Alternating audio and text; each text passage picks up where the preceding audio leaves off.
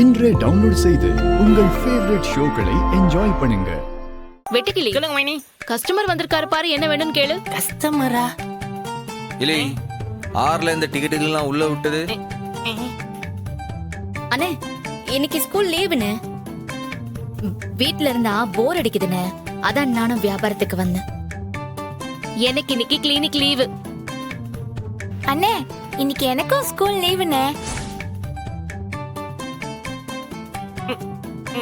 இல்லை வெட்டுக்கிளே, அண்ணி, இப்ப நீயா கடையை விட்டு ஓடி போதியா இல்ல உன்னை அடிச்சு துரத்தவா? இப்ப அண்ணி, உள்ள வந்து இருக்கிறவங்கள நான் என்னன்னே செய்யறது?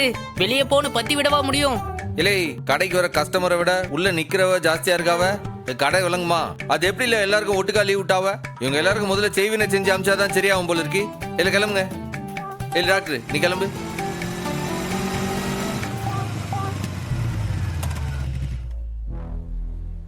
Good morning sir. இல்லை, 10 நிமிஷம் லேட்டா வந்துட்டு குட் மார்னிங் வேற சொல்லுதியா நீ?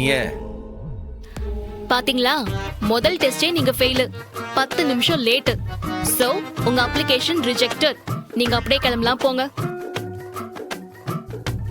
சார், இல்லை, முதல் நாள் தான்ல. பாரு, நாளையில இருந்து கரெக்ட் டைமுக்கு வரணும், புரியுதா? உள்ளவா.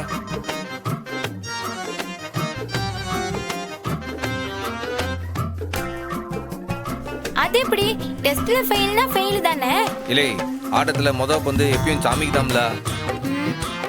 இது முத நாள், அவனை மன்னிச்சு விடலாம். போய் வேலையை ஆரம்பிப்போ.